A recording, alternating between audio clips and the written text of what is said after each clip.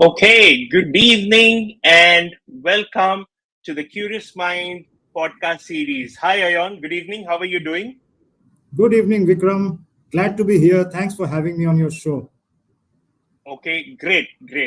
So, a very pleasant good evening to everyone. It is raining, it's thunderstorms in some places of KL, and we have an amazing guest with us. So, a good evening to everyone on the Curious Mind LinkedIn Live podcast tonight. Thanks for the great response from all of you to our podcast and also being candid. Based on the feedback and input, you must have noticed that we have changed the timing for our podcast. We have moved it to little in the night so that people are free and easy in the night. It is a good time for people to kind of relax, unwind, connect, and we basically cover APAC as a region overall. Therefore, sit back, relax, and unwind as we take you through a very interesting topic, a topic which is of relevance to a lot of people in today's world, and it has been of relevance to people over the years. But in today's world, it makes a lot of sense. Is navigating in one organization with none other than Ayon Banerjee. So, a big round of applause for Ayon Banerjee. Ayon, thank you once again for coming on the show. How are you doing today evening, Ayon? I'm doing good, Vikram. I'm looking forward to this conversation. And very good evening, good morning, good afternoon to all our viewers wherever you have tuned in from. So we really look forward to a very good session today and a very interactive one. Thank you. Okay, that's great. So thank you, Ayan. Let's get the ball rolling. I am Vikram. I am the host and founder of the Curious Mind series. Having been a seasoned HR professional for close to a couple of decades, I'm currently on my entrepreneurial journey, and I run the Curious Mind series podcast. And really thankful to some of you who've been following us and who've been providing good, constructive feedback to all of us. And with me today is on this eighth episode, as I mentioned, is Ayon. I'm going to keep it brief, Ayon, about him so that we can get into the core essence of the curious queries. Ayon is a seasoned and award winning pan Asia B2B PNL leader across 6 industries, a best selling author, a LinkedIn top voice, a sought after speaker, a mentor to young and mid career professional, and someone who deeply believes in giving back to the society and leaving the world in a better place than he found it. Additionally, you can look up on his profile on LinkedIn. It's a long profile, it's a rich experience. So I'm not going to read all of that because we want to do get into the core essence of it. The key reason to have Ayon share his insights on this topic with us is because amongst his professional career and all what I spoke about some time back, 25 years of his professional career, the largest part of his career stint has been with GE, an organization which is very well recognized, which is reputable across the globe. Within GE, Ayon has been instrumental in donning many hats and playing various roles over the years, regionally and globally, along with growing in stature and experience. Again, something which you can look up for his profile on LinkedIn and see the amazing career journey he's had within GE itself. So, to me, it was none better than Ayon to kind of share his insights on how does one navigate their journey in one organization. We talk a lot about stability, we talk a lot about growth. How do you grow in one organization? So, Ayon, are you finally ready? Yeah, I'm ready, Vikram. Thank you for the kind introduction and so many kind words. I don't know if I deserve them all, but thank you anyway. And having said that, yes, I have been a long timer with this wonderful organization called GE, now GE Vernova. But having said that, I probably will be talking today more on a personal capacity rather than an employee of GE because this is a personal podcast. And because, as Vikram mentioned, that I am an observer of human nature who loves documenting my surroundings in my books and my blog posts. So it's not just about my organization, but what I have observed in my 25 plus years of working life, which I will try to share my insights with my younger friends, hoping that some of them could gain something out of it and short circuit their learning curve and make commit less mistakes than what I have committed in my 25 years. So thank you, Vikram. Very nice and very humble of you, Ayon, to put it in such nice words.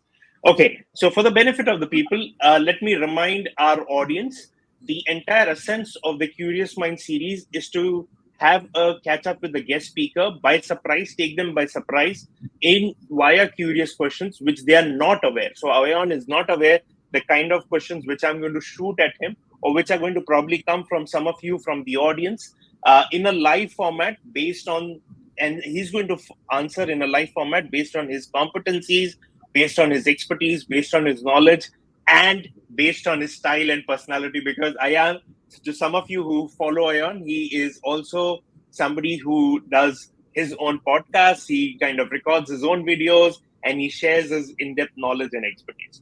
So, to start off with the first question, what, according to you, Ayan, is the definition or importance of growth in a corporate career? Great question. I think Vikram, this is probably the essence of what you define your podcast as, right? So let me try to define it in two parts. One is a definition of growth when it applies to the organization you work for, and the second is the definition of growth for your own career. Why growth is important for your organizations, because I'll give you a small, very quick anecdote. I used to work for a company called Philips. You might have heard of it. So every year we used to have this thing called policy deployment in the month of February, where there used to be these target thrash outs and partying in the evenings, blah blah blah.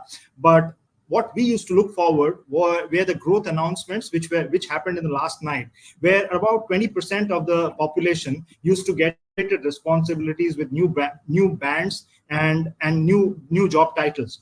And I think, at that time, Philips was more than 80 years old in the market. And that was the reason why the organization was growing at more than double digits every year on year. Because I think that when people grow, business grows. When businesses grow, the industry grows. When the industry grows, the entire ecosystem grows. And when the ecosystem grows, people grow out of their monkey bands, as I call it. People in dying organization, you will see these monkey bands. People have band barriers and they don't let people grow, etc. But growth is the basic DNA of good organizations. So that's the organizational part of it. Now, when you come to a personal part of it, we often talk of talent crunch in the industry, and you are an HR leader, Vikram, you would know. So the talent crunch that we talk of in the industry is not actually a lack of talent, which I've observed, but it is more about talent that dies down along the way because it is not picked up on time. And because talent is a perishable commodity, it needs periodic upgrades, it needs new challenges to stay relevant.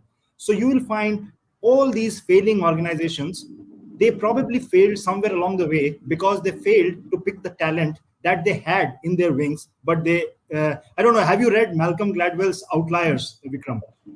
Yes, he kind of connects with that. There was a story of a person called Chris Langan, who was probably the man with the highest IQ ever, and who languished in a horse farm because he didn't have any promoters or takers for him. So that's what happens to talent when talent dies down in the world. So yeah, so that's what happens. And when we are young, and you are an Indian, so you would probably follow cricket. So you remember the 2004 Multan Test, do you? Where Sehwag scored the first triple century for anybody for an Indian. And when he was just in his late 290s, common sense would have told that he would have played defensively, played one run at a time. But Sehwag stepped out and he hit a six to score his 300. When we are young, most of us have a Sehwag inside us. And bit by bit, as we grow older, as rejections get piling up, we lose that Sehwag somewhere in the medley of things. And by the time we hit 40, we kind of give in to the sense of learned helplessness, like Martin Seligman says. And we just don't focus on growth, and we all die a silent death in our 40s. So I think that's where growth is important for individuals and for organizations. I don't know if it's a long answer, but I feel very strongly about it, hence it was long. No, that's a perfect answer. And the fact that you gave the analogy of cricket, I was waiting for it to come somewhere in the middle or the end of the discussion. But the very fact that you kind of hit the four or hit the ball out of the park right at the start of it, very nicely put. And to our audience here today evening, if you have any questions which you want to ask Ayan, just type them in the comment section on LinkedIn, and we will have it up here, and we would be able to kind of put it up, and we will definitely answer to you. Till then, I will keep the ball rolling with the kind of questions which I have. Very interesting inputs on that one, Ayan. Thank you. Let's start. What are your thoughts? So we spoke about growth. We spoke about individual organization growth and kind of the essence of it. Let's start from the very beginning. What are your thoughts on the entire hiring process? Do you think it plays the navigating in one organization? Do you think it plays a critical role at the hiring process, at the start of the employee's life cycle journey itself? So hiring process is where it all begins. And I am a long timer in G, and I'm a big Jack Welch fan. So you would have known that Jack Welch used to be a very big supporter of human resources. He used to say that human resources are probably the most important function in an organization, and they are actually the business leaders.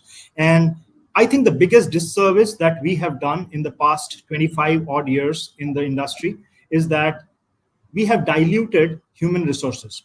Human resources, instead of playing a leading force in organizational leadership trajectories, they have become more of enablers of the whims of functional leaders. So what happens is, it's not that the human resources function has died. There are some of the best. I in my personal friend list, I mean, I have some of the best human resources leaders in the world, but it is slowly getting diluted, and that's the biggest disservice what we have done, and that has had a direct impact on how you hire leaders.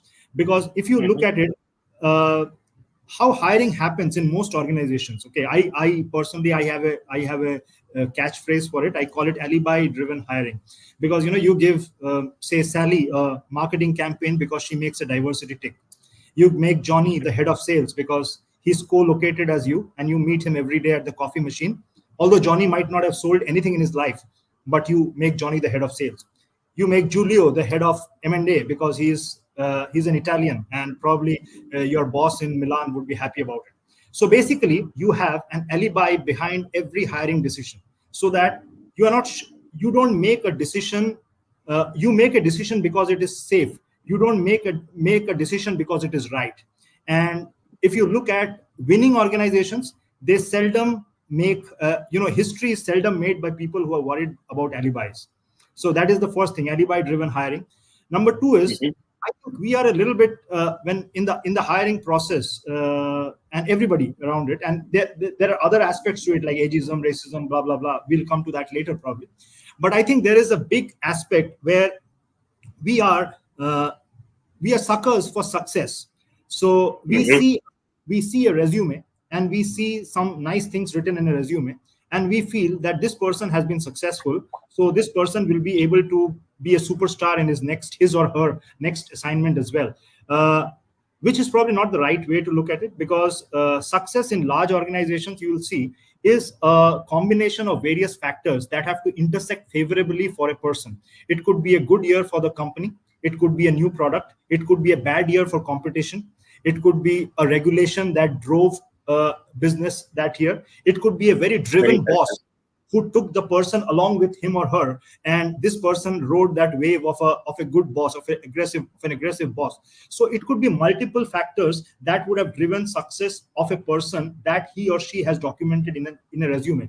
And on the contrary, we don't study failure, because we think failure is a bad word. It should not be touched or poked. So anybody who has failed, we just put them aside.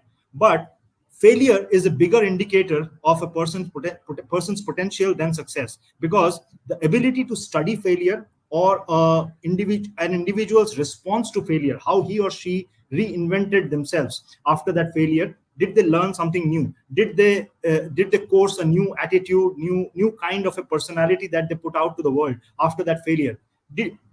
Most hiring managers don't study that. So that's where I think we fail. And then thirdly, of course, the last thing is, which you are an HR person, you know this. So Steve Jobs had said this, and it's called bozo explosion, which Guy Kawasaki had made very famous. What happens is, in bad organizations, you have B players as leaders, and B players never hire A players under them. So they always hire C players, and these C players go ahead and hire D players. So basically, at the end, you have an organization that is full of Z players. So, and that's what is called a bozo explosion. So you will see all dying organizations, they all have these Z players, having fiefdoms and silos, and they are hiring further Z players under them so that they can control them, and they laugh at their silly jokes, and they follow them on Twitter, and they will say yes to everything that these idiots say. And that's how organizations go down to the dogs. I'm sorry, it's a very ruthless kind of a commentary, but that's what happens. Okay. No, it is extremely candid. It is extremely candid. That's nice way of putting it across in terms of the hiring process. What I'm going to just continue shooting because there's such a wealth of information you're sharing, and that too in a very candid manner. So I want you to continue in the flow. So I'm just going to continue, keep it rolling. Okay. What is the importance? So once you're in, so suppose take an example. I'm in this organization. I've walked into an ABC organization. I've gone through the hiring process. I'm in. And I'm quite ambitious, and I want to grow in the organization. So what is the importance of criticality of defining your own growth goals? So what is the criticality? If I were to define my own growth goals, what is the criticality or importance of it? What are your thoughts on it? Great question. I think growth goals are very important for individuals when they are navigating their careers. And I'm not saying this because I have made a great career of myself. I'm a very also ran person, but I have studied people who have made great careers. So, and I know all people who have made great careers. They all had a goal and a path to that goal. And what I have noticed is that goals change, they evolve with time. So, for example, when you are young and green, your goals are about a flashy job title, a larger territory, a sexy business card, and so on. So, but when you grow a little older, you will see that these things are good, but are you really contributing anything? So, you get sucked up into titles when you are younger, and I have been guilty of this as well. Somebody offered me a VP role, and I was so happy about it that I'm in my 30s, and if I can. Although I never saw that the job description was a sales manager's description, but they called it something called a VP or an AVP, something like that. So you get sucked into those things, and it's okay. I mean, that's how you learn. But as you grow older, you learn that. One of the learnings that I have had in my career, because I have worked across industries, across roles, some of where I was successful, some I was not very successful, but I learned that you never really arrive anywhere. So you always think that if I am, for example, when I was in my mid-20s, my height of my aspiration was that I would become a national sales manager in an organization.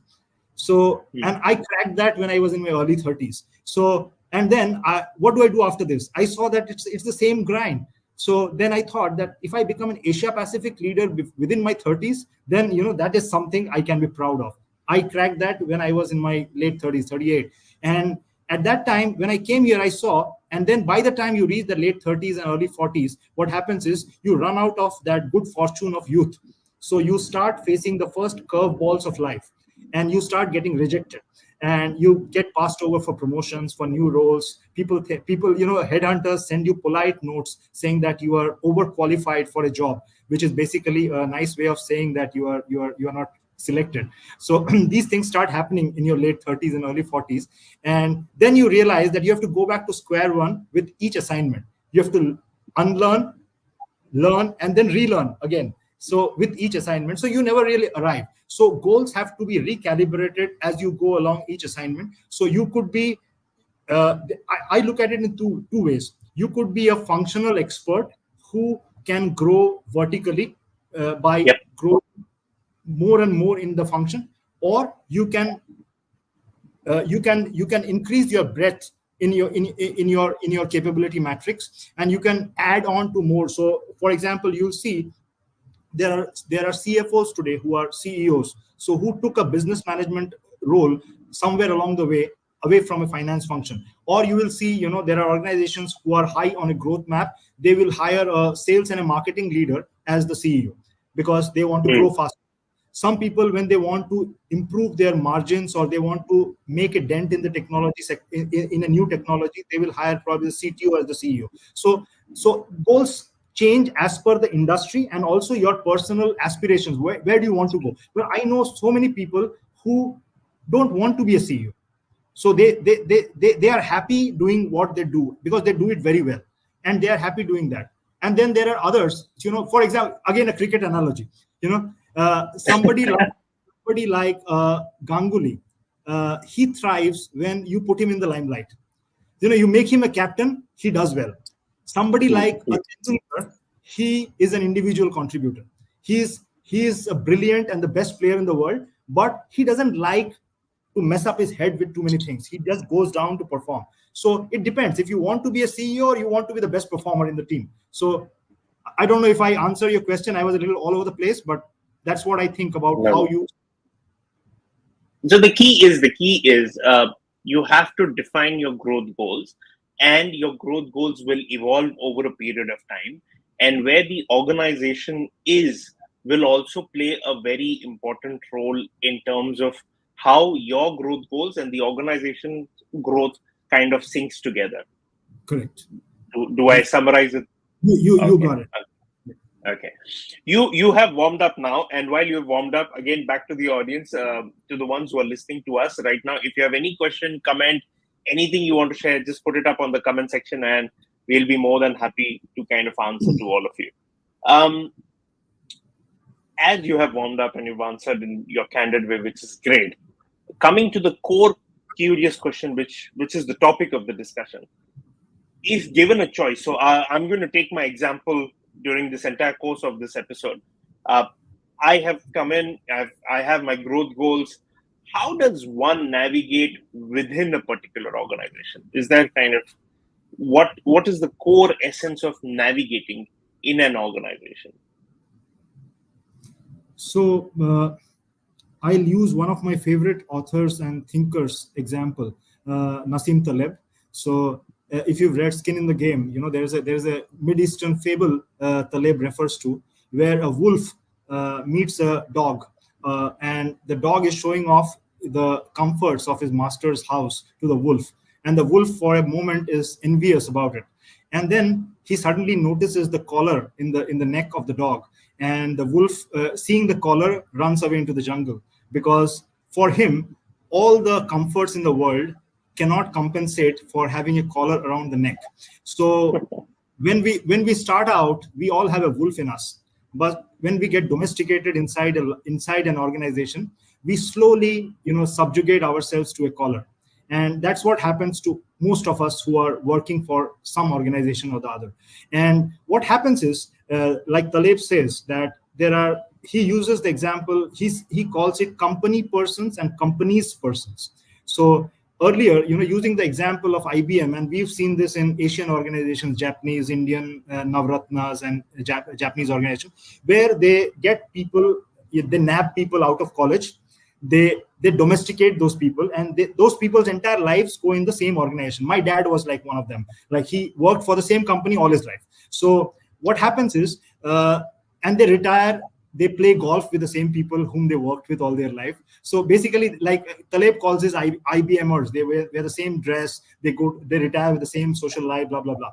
Then after the disruption that happened in the late 80s, 90s, these people started getting shed in the marketplace because there was no place for 35, 40-year careers. So then you got these companies people who were like people who had a specific set of skills which they will peddle in the market. And so for example, I work for GE. Tomorrow I have certain skills. I will go to a company like Siemens, and where my skills will be acceptable. I spend 5 years with Siemens. Then I go to a company like Honeywell. Then I go to a company like Schneider. And I move around 5 different companies, and my 35 years are done. So it's like a company's person. But what is happening today is that the disruption, the disruption that we are going through, overall disruption, not just at the rate of Moore's law, but generally across industries, the same set of skills is not going to pay for you whether you're in the same organization or you are hopping organizations also. So if you look at any person who has been in the same organization also for the last 10 years, he or she would have undergone several different job changes. And those job changes are not just business card title changes, they are really skill changes. So they have to upgrade their skills and thinking with each job. So like Yuval Harari says, today you are a technology guy, tomorrow your technology might be taken over by a robot, and then you might have to become a yoga instructor. And then that yoga instructor suddenly might be some AI function will perform that yoga instruction. You might have to go and teach dancing to somebody else. So your careers will evolve. So it doesn't matter whether you're in the same organization or in different organizations. First thing is that you have to reinvent yourself as per the times, call of the times. So that is very important. So having said that, now we come to how people grow in large organizations. I have noticed is that people who have been successful in large organizations, they first of all, the education matters, because large organizations often fall for good resumes and good Ivy League or good educational institutions, which has its own advantages because these people come in with a certain starting balance in terms of strategic thinking. They come with a good alum network, and that helps in the long run. But they also come with a certain set of disadvantages because they have a more bookish view of the world. So they are not born street. Not all of them. I have seen some very street smart Ivy League guys, but some of them are very bookish, and I have seen them that organizations tend to hand over the leadership to these guys, elevator kids I call them, because they pitch their resumes in elevators, and all decisions are made in elevators, and they are promoted those elevator pitches, and they run entire organizations to the ground because they have no clue about what the market looks like. So that can be disastrous. So it should be a healthy combination of education and real life experience, because people who have not really slogged out in the sales field or in the shop floor in a factory, they might not know how to tackle things when COVID-19 is an example, for example. So we academics is what will they ask this in the examination? If they don't ask this in the examination, I don't bother about it. So it is out of syllabus, right? So that's how academic leaders are like. So but when something unknown hits you, you need to be street smart to handle that. So I think it has to be a balance of both, and I think leadership of organizations need to also think that, are we having the right balance of horse sense and academic credentials in our leadership team? So that's how people grow. So I think for people have both sides to learn. So for someone like me, a rustic person who doesn't have an Ivy League behind him, and who has worked in the dusty streets of small town India as a salesman. So I think that probably I needed more sophistication to learn in terms of how to present myself to a board meeting, in how to do my PowerPoints and Excel spreadsheets. At the same time, some of my esteemed friends in the industry who are coming from very good educational backgrounds, they might also need to learn how to handle a negotiation when you're sitting in front of a rude Asian client who is just taking your pants off in a sales meeting, in a sales closing. So I know that they don't know that. So it has to be a combination of both. I don't know if I answered your question right. Well, you did. It is showcasing how to navigate in various ways and means. I think, Mehul, thanks for your comment. Kamal, you also, Kamal did mention, I don't know, did you get a chance to read what Kamal said? This is absolutely true, just as the book range highlights it, highlights this. And also thanks to Mehul for your comment as well.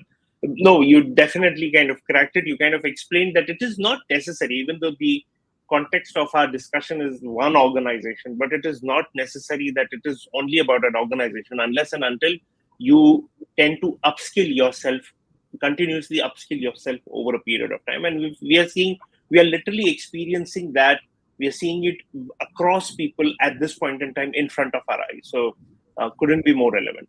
And I'll just add one more thing. It's like parading across the fairground. That was a phrase which, again, Jack Welch used to say. So in most large organizations used to have these kids who were these bright kids out of MBA schools, and they would parade them around the fairground. They'll put them 2 years in finance, 2 years in HR, 2 years in sales, and do an Asia thing.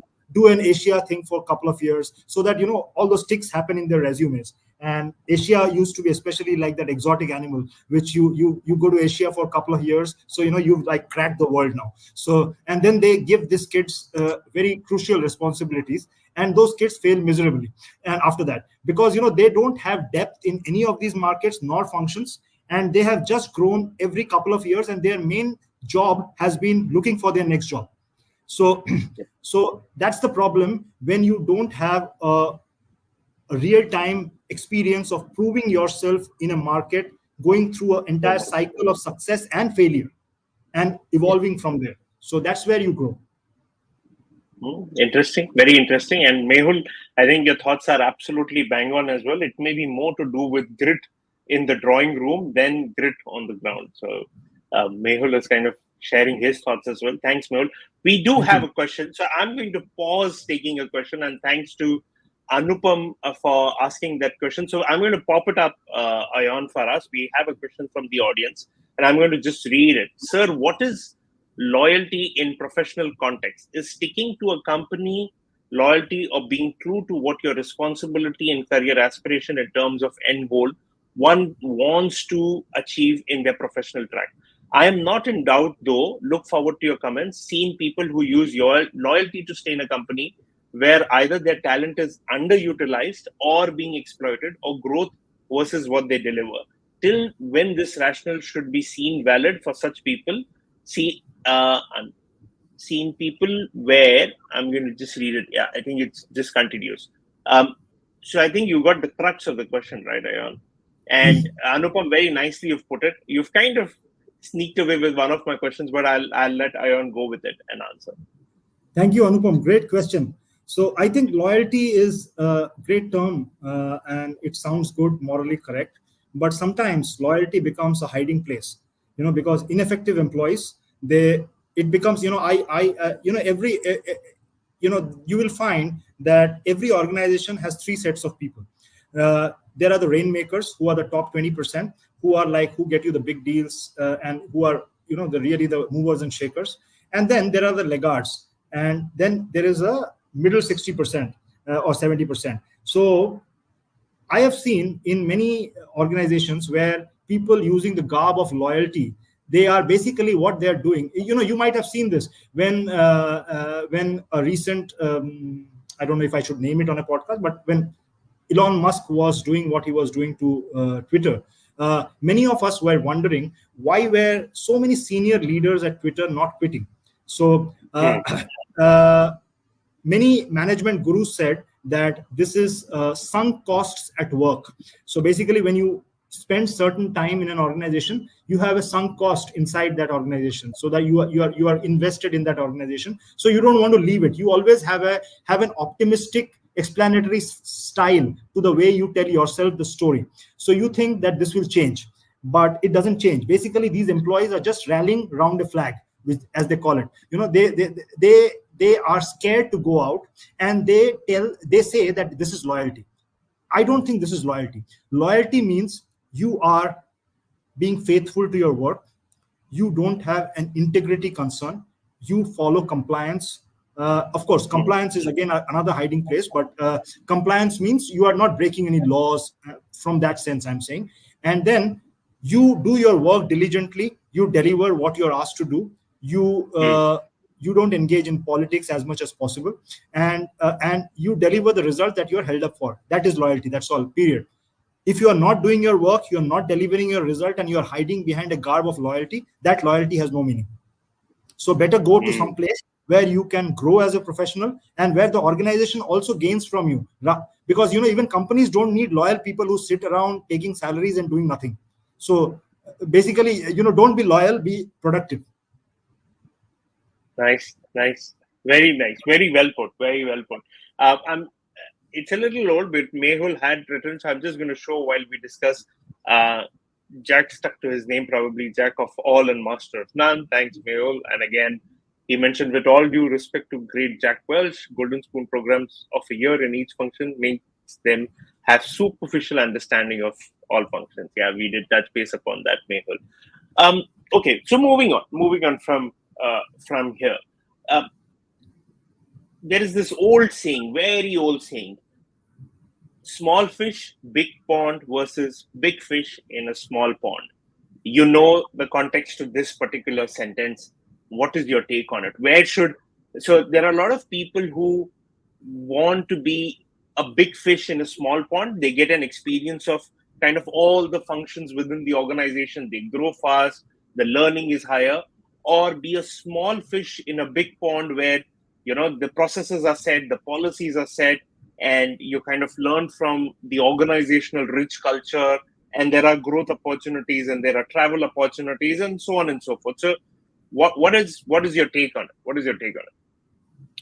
So your first part of your question is the small fish in a big pond. So when you work in large organizations, there is a lingo there's a phrase that creeps into your lingo. What's the largest turnover size that you've handled, or what is the largest team size that you've handled? And that this question is basically asked by people who want to size you up. So basically, in large multi-business conglomerates, people who are leading a big turnover, they think that people who are leading a small turnover are not important enough. So which is actually wrong, because actually completely wrong, because when you are having a large turnover business, you are part of a large turnover business, you are just a small cog in a big system. So that means that even if you were not around, the business would have gone ahead without you. So don't take yourself too seriously about your business. On the contrary, when you are a small business owner, you know the process end to end from inception to finish. So you are more important. You understand the process well. And I have seen that people who have led small businesses, when they are given a larger turnover, they are very successful. They manage it easily. But the other way around, it doesn't work. So that's number one. Now coming to big organizations, we have seen, I mentioned skin in the game, that wolf and dog story. So I have seen many large organization colleagues and friends of mine who are bitten by an adventure bug somewhere in their late 30s or early 40s, and they try to venture out in the wild, thinking that I'll take a swing. And I've seen most of them get humiliated and come back to the big organizations. Why does this happen? Is because they are used to piggy ride on the big organization's momentum. So they don't have the drive to lead a small business from the grassroots and get the money back inside, back home. So they fall back on systems. And when they go to work for, in India we call it Lala company, which is a very derogatory term, because I think these small companies are very, very effective and result oriented companies. When you see this MNC employees go and work for Indian or Chinese companies, they mostly, the superstars, flop so badly. I've seen, they get humiliated and come back. And on the other hand, I have some extremely good friends in small or indigenous companies like Indian companies or Chinese organizations, Korean organizations. These people are completely different personalities from the big company superstars. So they will be reclusive. They'll not be on your high school WhatsApp group. You will not be able to get an appointment with them so easily, because their secretaries or PAs will filter out ruthlessly all people. They are very conscious about their time. They take two-sided prints of their tickets. They book service apartments inside instead of going to 5-star hotels. So they're like that. They value human capital. They really groom their people beyond the slogans and jargon. And so they are very effective people. And if you ask these guys or ladies that would you like to come and work in large MNC, they will say no, because they love the control that they have on their own destinies. Because in a large MNC, they will give you a lot of caps and slogans and medals to wear, but actually you have very little authority to shake things up. Very nice, very nice, very nice. So that kind of sums up for people to kind of understand where they are.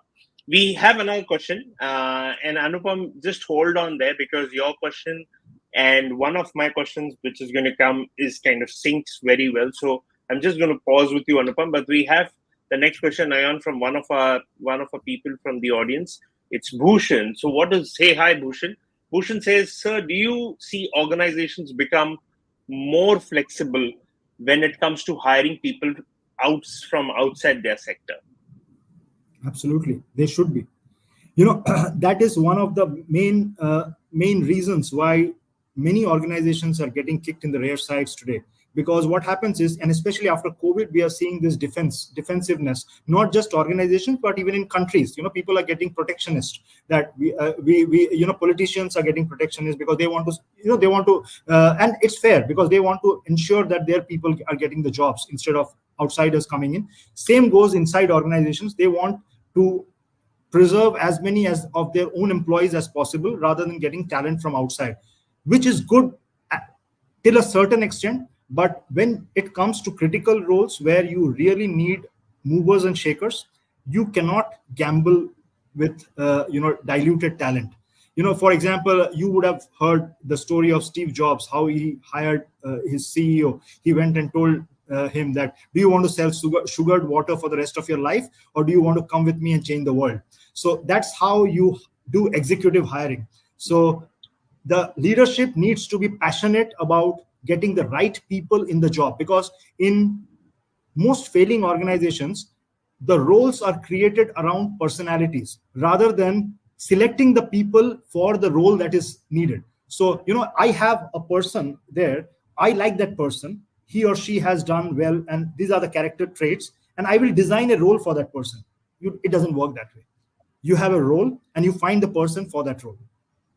So Just to add my two, yeah, sorry, just to add my 2 cents to it, Ayan, I have seen thousands and thousands of job descriptions in my entire HR career, and also as a talent acquisition specialist.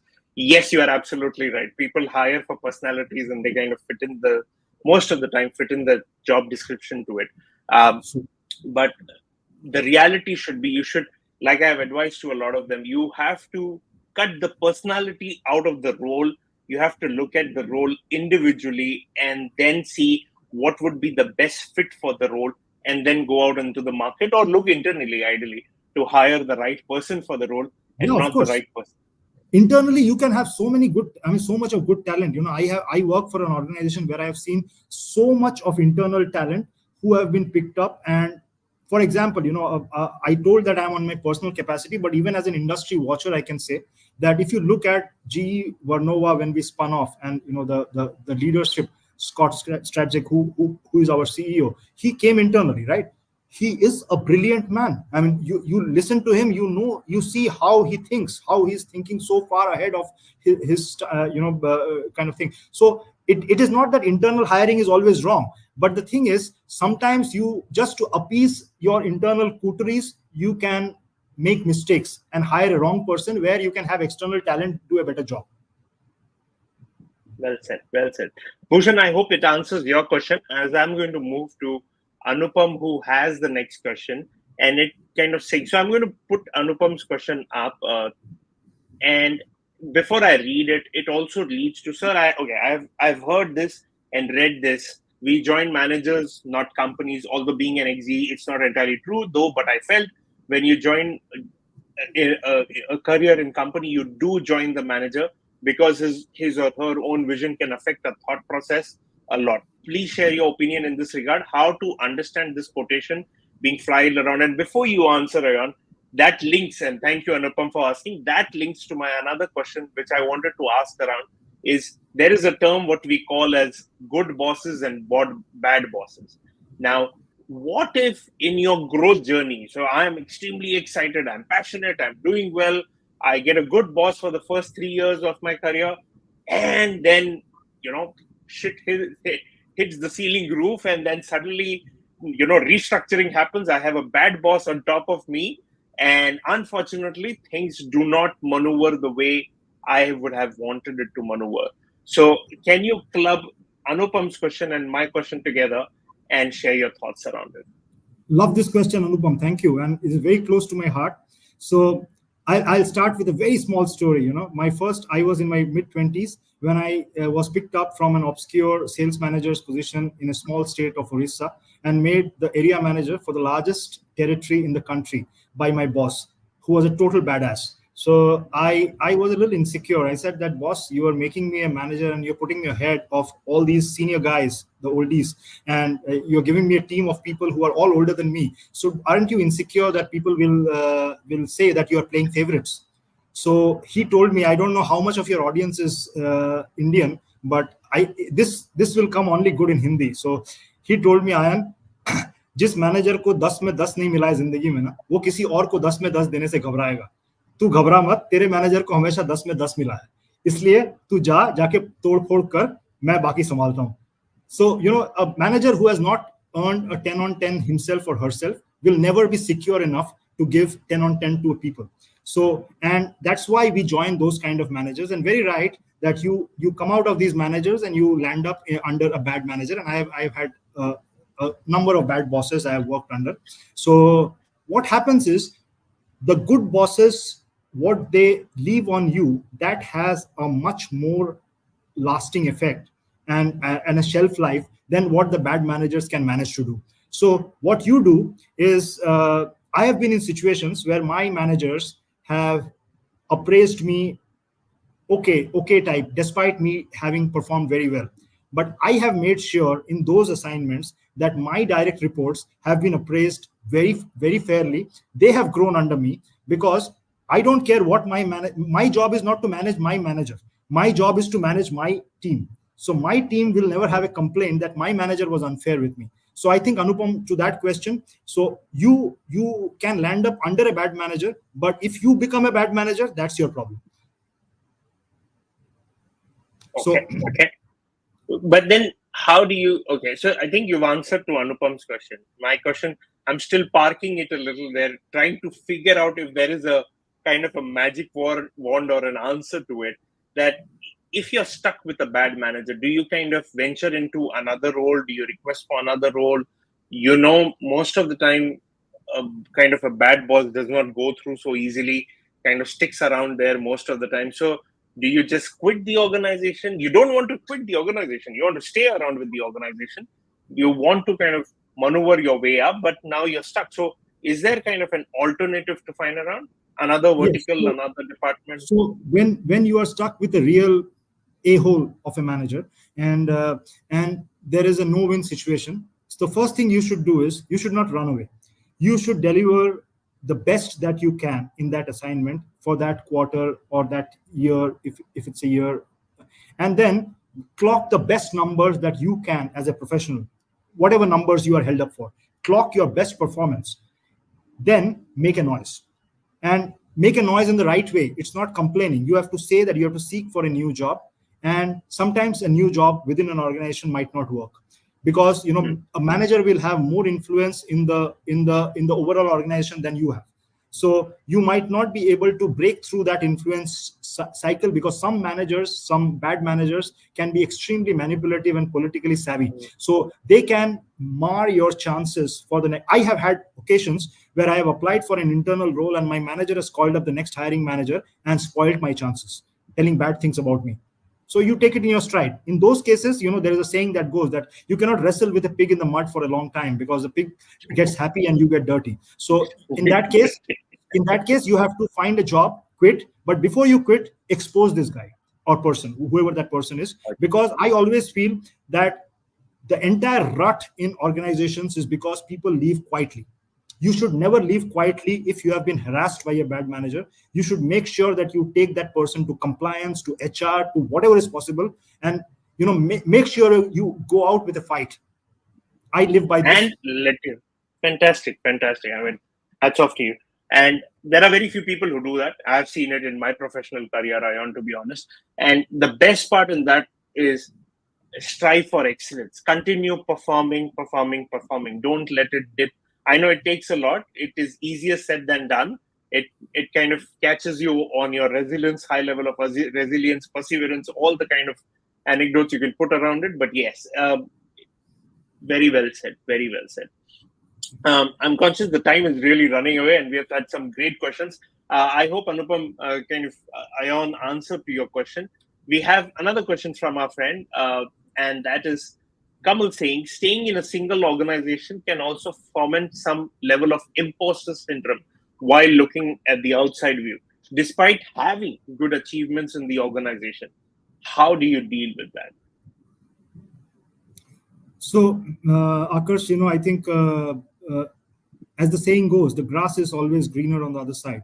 So sometimes, when you might be doing great things in your organization, and you might feel that the other side looks better.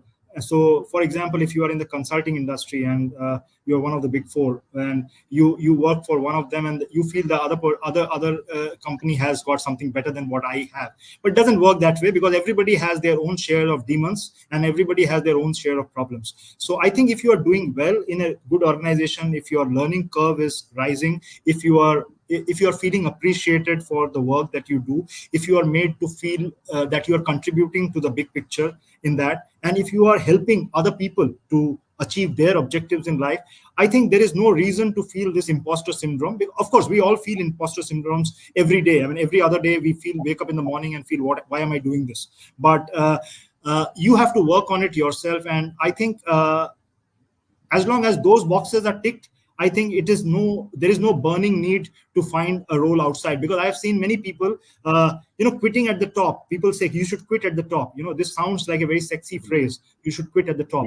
But unless you are in competitive sports where you want to end your career with a good average, quitting at the top can sometimes be stupid. I have seen people who have, because a lot of random factors need to add up for you to reach a certain place in an organization. And by just throwing it all away because you feel that I have an imposter syndrome and I have to find something bigger for myself, and you might be throwing it all away, and in the next job it might not work out.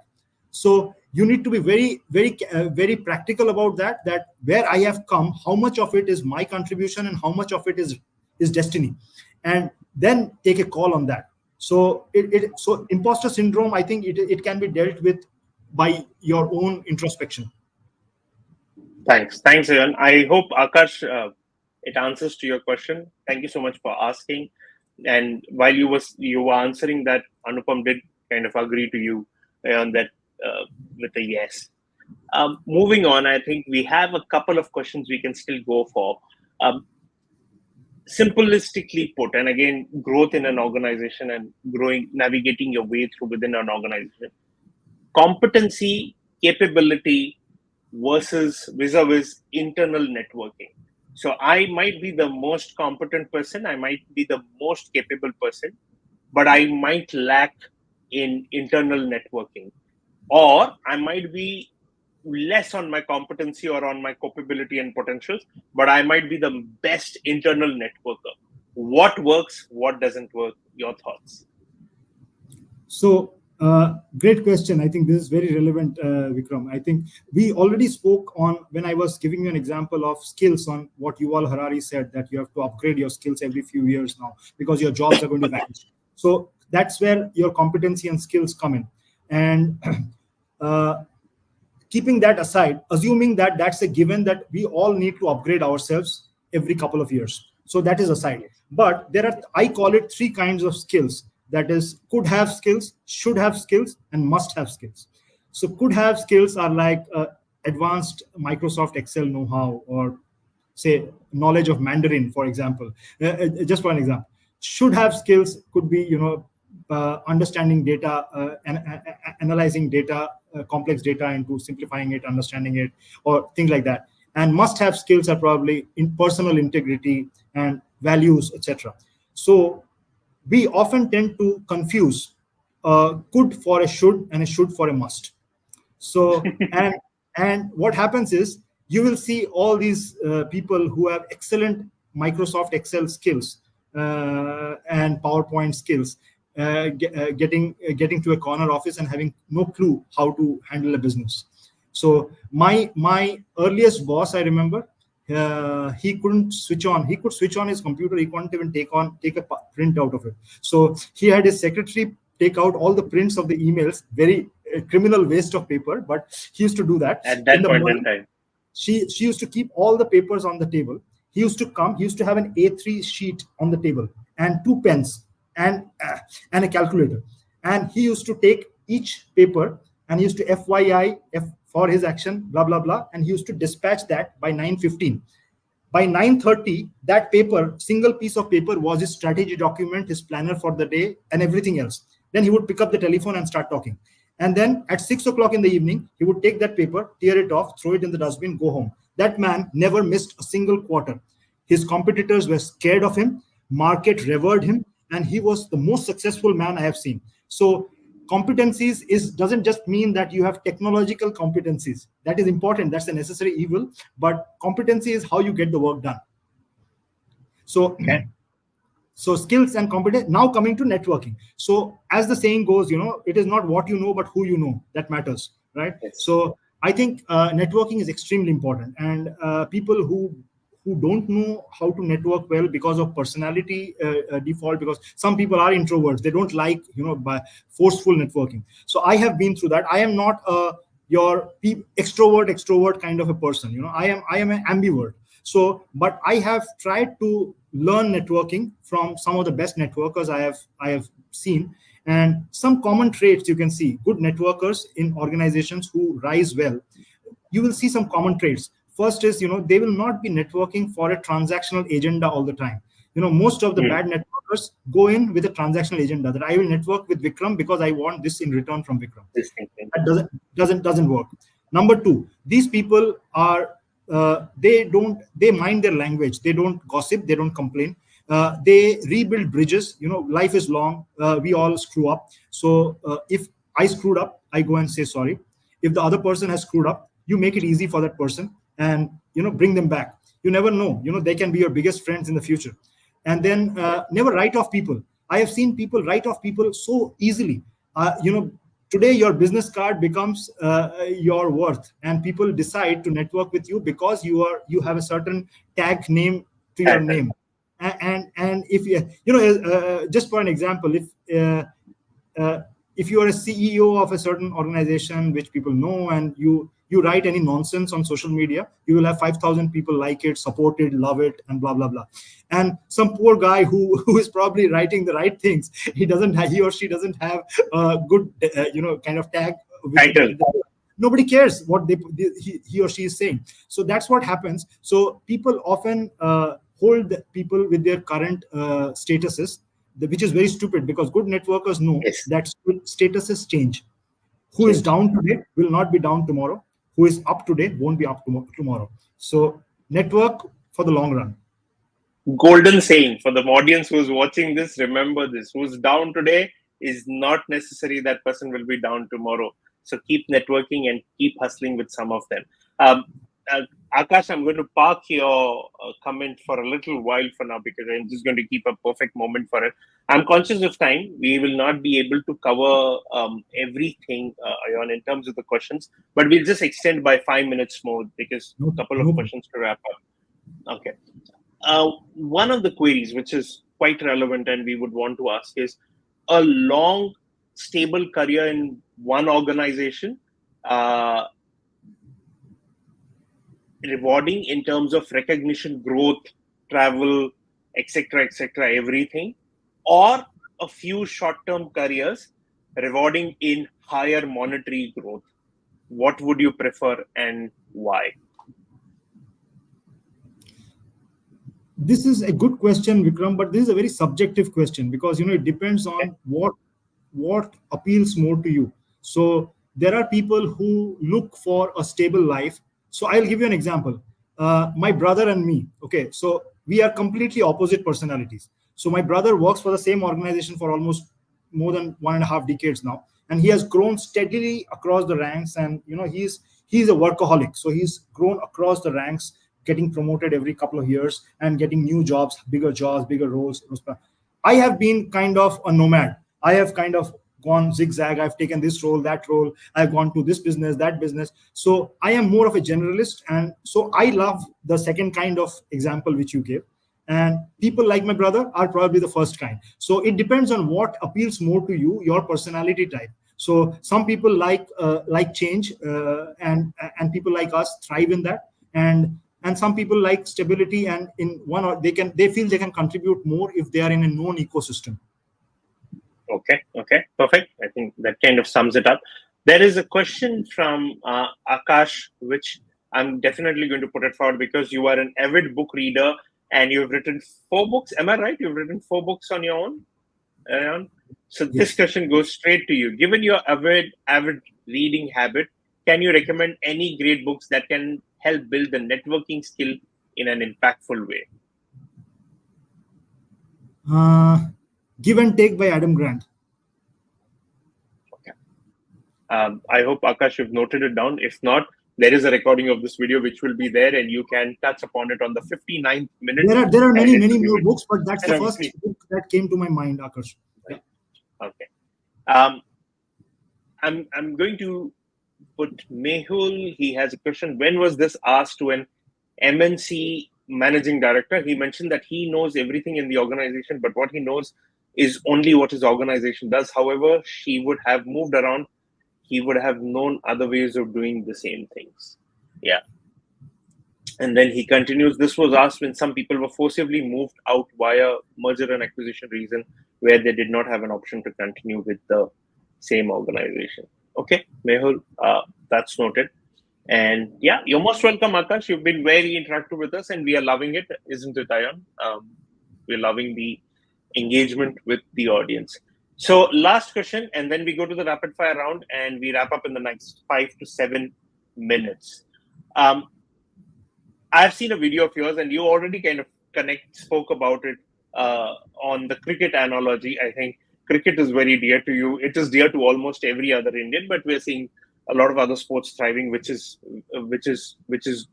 good. And cricket is very dear to me too.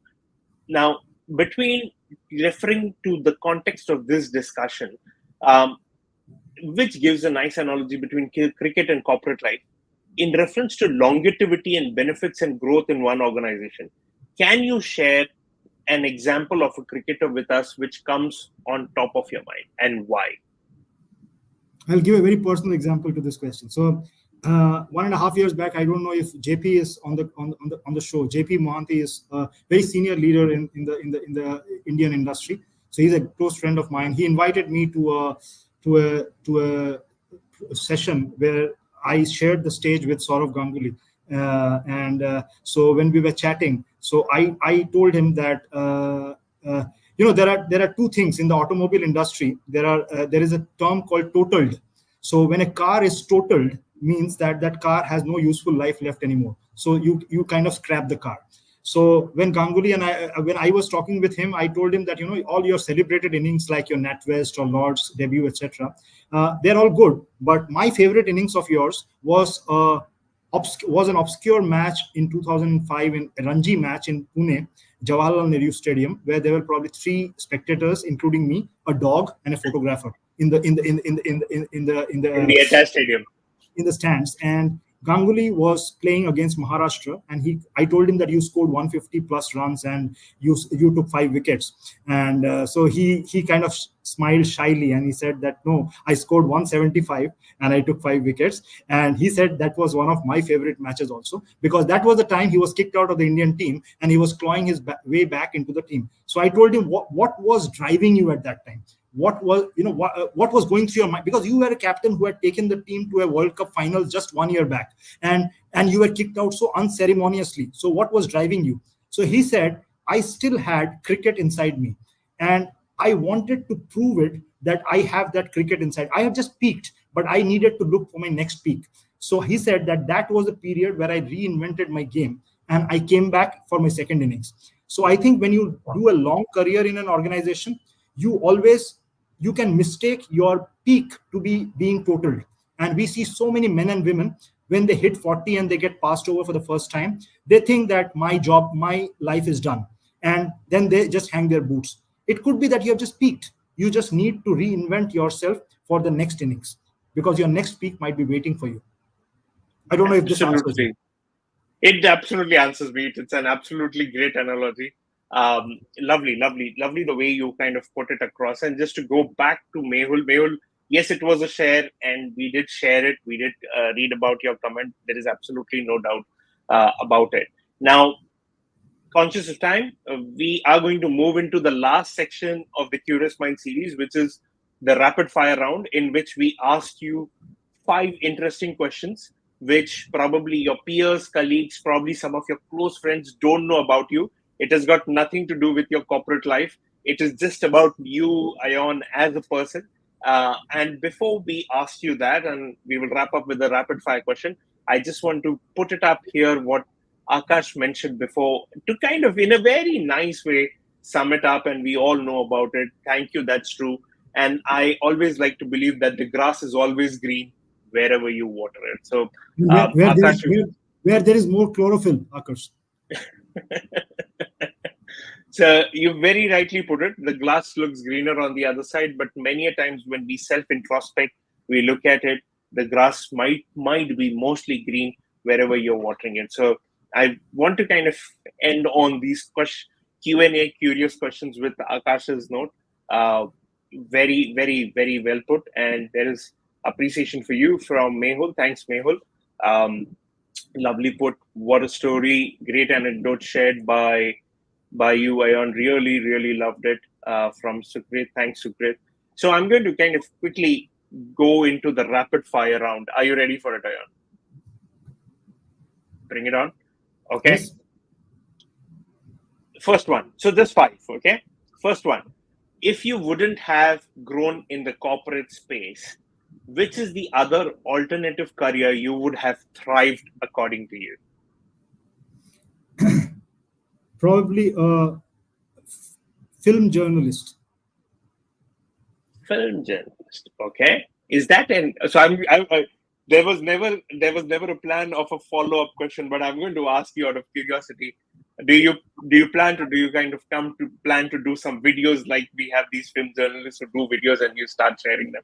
I think it's an idea worth taking it up. We can do that. I'm a movie buff and I kind of devour movies. I love movies, world cinema. So I would have done that. Lovely. I am a movie buff too, and I think I learn a lot. I think we all learn a lot from movies. I think there is a lot of the movies interestingly show the reality in life, and we learn from movies to back into the reality of our life. So it kind of sums it up very well. Hey, thanks, Umang. Thanks to you that me and Ayon are chatting today on this podcast. Lovely session, lots of food for thought. Hold on for the last 4 interesting questions to go. One hidden skill, talent about you that till today, even some of your peers or colleagues aren't aware of. Is there something still left, Ayon, a hidden talent about you which some of your peers or colleagues don't know about? Okay, I have written it as a part of a short story in one of my books. So when I was in college, I was spared from my ragging because I used to love wonderful love letters. So and I was the golden goose, goose who could lay golden eggs. So all my seniors used to make me write love letters for them. And there was a point in time when I was writing letters for both sides of the hostel ground. So I was writing the guys' letters and the girls' letters also. So there was at one point in time, I was actually writing letters from both 2 people who are writing to each other. So it was in retrospect, it sounds very funny, but I have done that, and that spared me from my ragging sessions in college. Very interesting, and you knew what were they thinking, isn't it? Okay, I'll park it for that. They didn't care. They just wanted something to be written, and they will copy it in their own handwriting and give it to the other person. Okay. Very, very nice. Third question, and this had to come. Should I guess it? Is it Saurav Ganguly? But favorite cricketer and why? Is it Saurav Ganguly? No. My favorite cricketer is Sachin Tendulkar. My favorite sports personality is Saurav Ganguly, one of the favorite sports. Sachin Tendulkar, because I spent some time with him, and I before his 100th run on 15th of March 2012, I was in Dhaka, and I had the opportunity to have breakfast with him at the same table. And the next day he hit his 100th run, which was awaited for 1 year. So during the conversation, I observed the man. He has a Zen-like aura about himself. All these youngsters were wearing slippers and Bermuda shorts and, hanging out in the breakfast table. This guy, who was called the god of cricket with 99 centuries to his name, he was dressed in complete cricket gear, and he was having his breakfast, and he was lost in thoughts. So whenever we were talking, he would just come out of his reverie, and he would just answer me, and he'll again go back to... I saw something superhuman about that man's presence. And I have spent time with Ganguly close up, so I have seen Ganguly also. He's a very flamboyant, very interesting man, everything. But Sachin has got something. He's got an edge. He's something like extra. Very interesting. I'm going to go back to your letters because there's a couple of interesting comments. Hope the letters were not for the same girl. You may choose to respond or you may not choose to respond. No, they were for all. I sometimes I didn't even know who the girls were. I mean, somebody comes and tells me, write a letter, this is the background, and I would write a letter. And Akash says, how many girls would have now got disappointed? I'm just adding the word now, later on realizing that the penmanship wasn't from their guy. उस उम्र में कोई फर्क नहीं पड़ता है. वो letters किसने लिखा वो भूल गए सब. Okay, interesting. And the last two questions on the rapid fire round, we are there. A Bengali dish you can cook and others can relish. Is there one? I'm a terrible. I can just toss up an omelette at times, but Bengali dishes, no. My wife is a wonderful cook, so I just rely on her to feed me. So I'll tweak the question. A Bengali dish your wife can cook and everybody relishes in the house. These are very turbulent times. I don't know if you should mention, but not because if you say that you eat non-veg, people judge you for that. But I am a Bengali, and Bengalis are born non-veg eaters. So I love mutton curry. So in Bengali we call it luchi and mangsho. So like puris and mutton curry. That's my favorite food combination. Excellent. And Umang kind of goes back to you meeting both sort of Ganguly Dada and Sachin. Last question. Ayan, amongst all of this, in terms of your corporate career, in terms of the move you've had, the kind of efforts you put in, you're a great leader, you do your kind of comments, you write books, you do so many things. What do you do to unwind and relax for yourself? Great question. I think I always try to tell my juniors this, that you should always have an unwind button and a refresh button. So my unwind button is working out.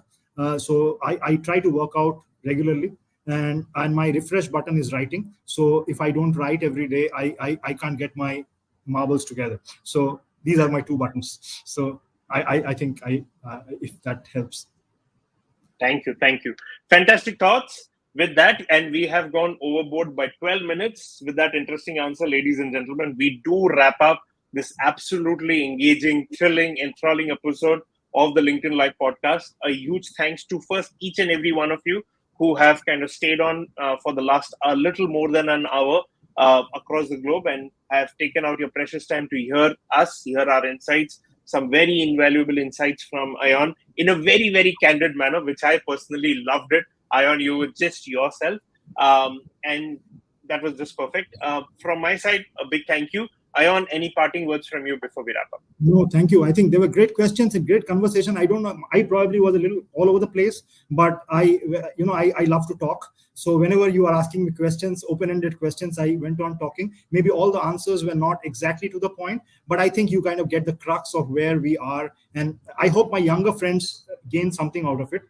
And they make less mistakes than what I have made in my life. And I hope this will be available on your LinkedIn link, right, for people who missed it. So I can probably ask.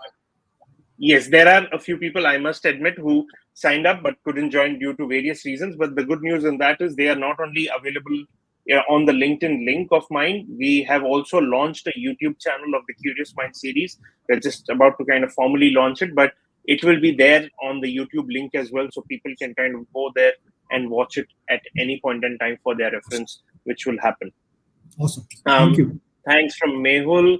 That was a fantastic session. Nice insights to take away. Always a pleasure to hear and read his thoughts. So, like I said, a lot of fan following for you. So, again, thank you, Ayan. Have a nice evening ahead, everyone. We look forward to seeing you all in the next episode. Please do like, share, comment, follow us on the Curious Mind series. But a big thanks to you, Ayan. Lovely chatting with you. Thank you to you, Vikram, and keep doing this great work that you are doing. This podcast is fantastic, and I have seen some of your previous podcasts, including the one with Umang on the one with Nick Chambers, etc. So you've been doing a great job here, and please keep doing the great job and keep spreading the positivity. Thank you. Thank you, Ayon. And thanks, everyone. A final good night and take care from both of us. Bye. Thank you. Bye-bye.